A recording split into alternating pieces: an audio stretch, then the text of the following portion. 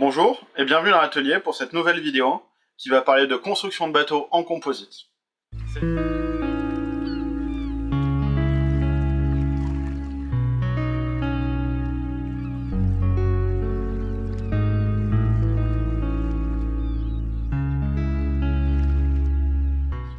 Cette vidéo fait suite à la vidéo précédente sur les matériaux de construction pour les bateaux. Elle fera aussi appel à des notions de mécanique que j'ai développées dans la vidéo d'avant. Donc on peut commencer maintenant avec la définition d'un matériau composite.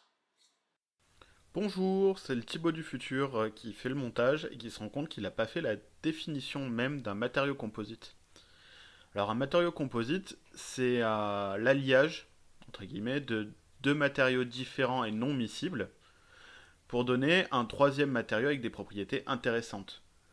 Les matériaux composites, ça va être soit du verre polyester comme on voit dans les bateaux, ça peut être aussi du béton armé ou du torchis. Voilà, je vous laisse avec le moi du passé. Sur les bateaux, on parle de résine et de fibre. Toutes les résines ne sont pas équivalentes. Déjà, rien que dans les résines polyester, il y a des différences. On a les résines orthophthaliques, qui sont les premières résines qui ont été développées, qui sont des résines qui sont assez sensibles à l'humidité, à la reprise d'humidité, et qui vont favoriser sa dégradation, le phénomène d'osmose qu'on connaît sur les bateaux. Le deuxième type, ça va être de la résine isophtalique, qui est plus stable là-dedans. Actuellement, quasiment tous les bateaux sont faits en résine isophtalique, et si vous avez une réparation à faire en polyester, le mieux est de le faire en résine iso. À côté de ça, on a des résines époxy. La résine époxy, à la base, ça a été développée pour être une colle. On s'est rendu compte que cette colle, elle s'imprégnait bien dans les tissus et ça faisait des composites très rigides, très légers. Dernière résine qui est de plus en plus courante, surtout sur des bateaux de course monotype en grande série, comme les Figaro, c'est la résine vinylester, qu'on pourrait considérer un peu comme un hybride entre le polyester et l'époxy. Je vais pas développer plus que ça ici, ça permet d'avoir une résine qui accroche assez bien sur des anciennes stratifications, c'est une résine assez rigide, et aussi la grosse différence qu'on trouve entre l'époxy, le polyester et le vinylester, ça va être une question de tarif. L'époxy est à peu près 2 fois plus cher que le polyester, c'est pour ça qu'on trouve beaucoup de polyester en grande fabrication. Et le vinylester va être plus proche au niveau de tarif d'un polyester. Quand on parle de gel coat, c'est un autre point que je voulais voir avec vous, le gel coat c'est une résine chargée, donc, et teinte dans la couleur qu'on veut, qui sert à la fabrication du bateau, à faire l'interface entre le moule et le composite. Ça facilite le démoulage et ça évite d'abîmer le traitement démoulant qu'il y a dans le moule avec le frottement des fibres au moment de la stratification. Donc j'ai parlé des résines, maintenant on va parler des renforts, des fibres qu'on va mettre dans un composite. Ces fibres, on va les caractériser par 3 critères. Le premier, c'est le matériau. Savoir si on parle de fibres de verre, de lin, de carbone, de kevlar. On peut mettre beaucoup de choses dans un composite, et ça va nous donner vraiment à la fois la résistance et la rigidité qu'on cherche. La fibre, c'est le plus important dans un composite. Donc la fibre de carbone, qui est assez facile à reconnaître, c'est noir. Et la fibre de verre, qui est blanche. La deuxième chose qui va nous permettre de différencier les deux, c'est le tissage. On peut avoir soit des fibres continues tissées, comme un vêtement. Donc là, on voit que c'est tissé. Soit on peut avoir des fibres continues directionnelles. Donc là, on a un tissu de carbone triaxial. Donc on a des fibres dans ce sens-là. Et de ce côté, on a des fibres à 45 degrés et à 45 degrés dans l'autre sens.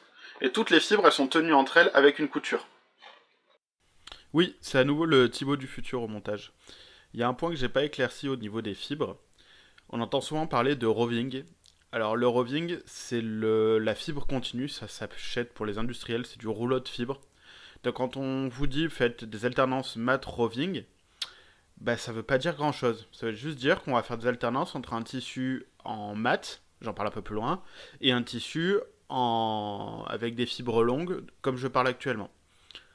Voilà, on reprend. Il faut savoir qu'au niveau mécanique, on cherche toujours à mettre les fibres dans le sens de l'effort. Donc c'est l'intérêt des tissus multi-axiaux, c'est qu'on va pouvoir mettre vraiment la fibre unidirectionnelle dans le sens de l'effort qu'on veut. Et le dernier type de tissage qu'on va trouver, c'est justement, c'est pas un tissage. C'est ce qu'on appelle les mats. Donc c'est des fibres courtes qui sont mises en vrac et tenues entre elles avec un liant qui se dissout dans le styrène du polyester. Et là, comme je disais, au niveau mécanique, le problème c'est comme il n'y a pas de fibre continue et pas d'axe de fibre, ça tient vraiment très peu. C'est-à-dire que là, ça se déchire à la main très facilement. L'intérêt du mat de verre, c'est que ça permet de faire une genre d'éponge à résine, donc de faire un composite plus épais et très rigide assez facilement. Par contre, il ne tiendra pas beaucoup d'efforts. Et le dernier point, c'est le grammage. C'est que plus un tissu va être épais, plus il va être lourd au mètre carré, plus il tiendra d'efforts. Donc maintenant, on a vu les résines, les fibres, c'est ce qu'on trouve dans un monolithique. Ce qu'on appelle un monolithique, c'est un composite composé uniquement de fibres et de résine. Donc là, c'est un monolithique en carbone. Ça donne quelque chose qui va être très résistant à la compression, très résistant en traction. Par contre, en flexion, ça va pas être le bon compromis poids-résistance. Ce qui se fait aussi, du coup, c'est des sandwichs. C'est une fine couche de composite, un matériau d'âme, donc là c'est de la mousse, et une autre couche de composite. Ça donne quelque chose de très rigide en flexion. Par contre, c'est pas l'idéal en traction. Donc ces matériaux d'âme, ça peut être du bois, donc là c'est du contreplaqué. C'est souvent utilisé dans les chantiers quand ils savent à l'endroit où vont tomber les winches et les éléments d'accastillage. Parce que si on met de la mousse, en compression, au moment où on va visser notre accastillage, on va écraser la mousse, et du coup on va perdre les caractéristiques mécaniques du sandwich. Donc sur les bateaux avec les ponts construits en sandwich, aux endroits d'accastillage, il y a du bois.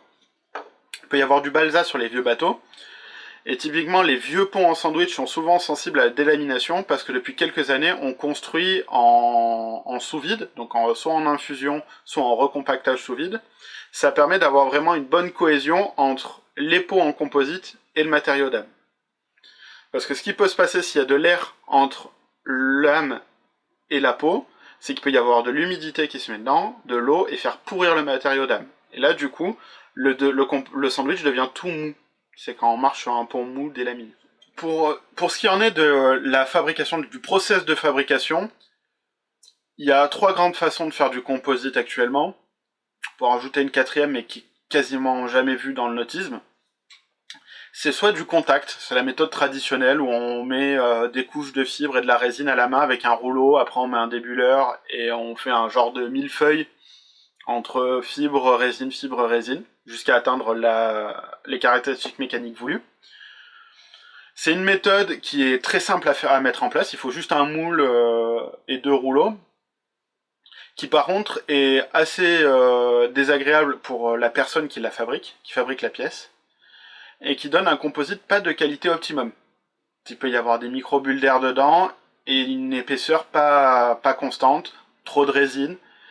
Du coup, pour pallier à ça, il a été développé l'infusion composite. Donc là, en fait, on vient mettre nos fibres sèches dans le moule, toutes nos couches. On met une bâche de vide dessous, et en fait, la résine migre à travers la fibre pour imprégner avec juste la bonne quantité de résine le composite. Ça donne de très bons résultats, et c'est ce qui est fait dans quasiment tous les bateaux maintenant. Et aussi dans les bateaux de course, les classes 40 sont fabriqués comme ça. Et la dernière méthode, c'est la RTM, c'est du moulage en injection. Donc en fait, on vient faire un moule et un contre-moule. Avant de fermer le moule, on met toutes nos fibres sèches dedans, et on vient injecter de la résine avec de la pression. La différence avec l'infusion, c'est que la RTM, elle nous permet d'avoir les 2 faces de notre composite parfaitement lisses, parfaitement finies. Par contre, c'est au détriment de la masse. C'est que souvent, les pièces faites en injection sont un tout petit peu plus lourdes que les pièces infusées. J'espère que cette vidéo vous a plu. Si vous avez des questions, posez-les en commentaire. Abonnez-vous pour ne louper aucun épisode, et à bientôt sur l'eau.